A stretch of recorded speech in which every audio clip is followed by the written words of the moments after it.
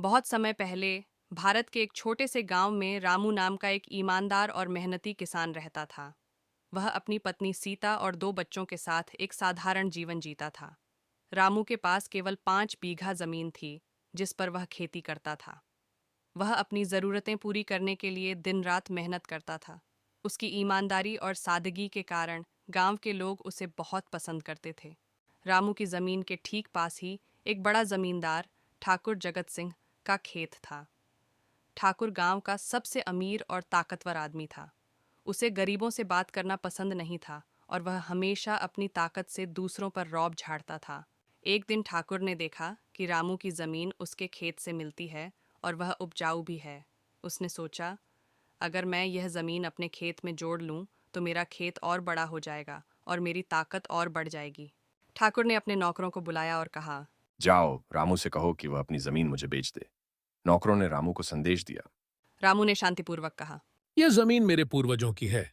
मैं इसे कभी नहीं बेचूंगा। नौकरों ने ठाकुर को यह बात बताई। ठाकुर को यह सुनकर गुस्सा आ गया। उसने सोचा, अगर रामू अपनी ज़मीन नहीं बेचेगा तो मैं उसे ज़बरदस्ती हासिल कर लूँगा। एक रात ठाकुर ने अपने आदमियों को भेजकर रामू के खेत में कुछ पत्थर और झूठे कागजात रखवा दिए। सुबह होते ही उसने गांव में घोषणा कर दी कि रामू की ज़मीन उसकी है और उसके पास इसके प्रमाण हैं। यह मेरी जमीन है। मैंने अपने जीवन की सारी मेहनत इस पर की है। ठाकुर ने कहा, अगर तुम्हें लगता है कि यह जमीन तुम्हारी है, तो पंचायत में आओ। वहां यह तय होगा कि जमीन किसकी है। गांव के सभी लोग पंचायत में इकट्ठा हुए। सरपंच ने दोनों पक्षों की बातें सुनी। ठाकुर ने अपने झूठे कागजात पेश किए और कहा, यह जमीन मेरे पूर्वजों की है। मैंने कुछ दिन पहले ही इसकी सीमा तय की है। रामू ने शांत होकर कहा, यह झूठ है। यह जमीन मेरे दादा दादी की थी और मैंने यहां खेती करके अपनी जिंदगी बिताई है। रामू जानता था कि ठाकुर ताकत और पैसे के बल पर पंचायत को प्रभावित कर सकता है। उसने सोचा, यह लड़ाई ताकत से नहीं, बल्कि बुद्धि से जीती जा सकती है।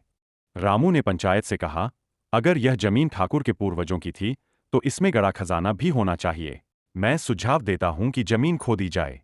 यदि खजाना निकलता है, तो जमीन ठाकुर की हो जाएगी। ठाकुर को यह सुनकर पसीना आ गया। उसे पता था कि जमीन में कोई खजाना नहीं है। अगर जमीन खोदी जाती, तो उसकी साजिश सबके सामने आ जाती। ठाकुर ने अपनी साजिश छिपाने के लिए पंचायत में स्वीकार किया कि उसने गलती की है और जमीन रामू की ही है। उसने कहा, मुझे माफ कर दीजिए। मैं अब कभी ऐसी गलती नहीं करूंगा। पंचायत ने ठाकुर को चेतावनी दी और रामू को उसकी जमीन वापस दिलवाई।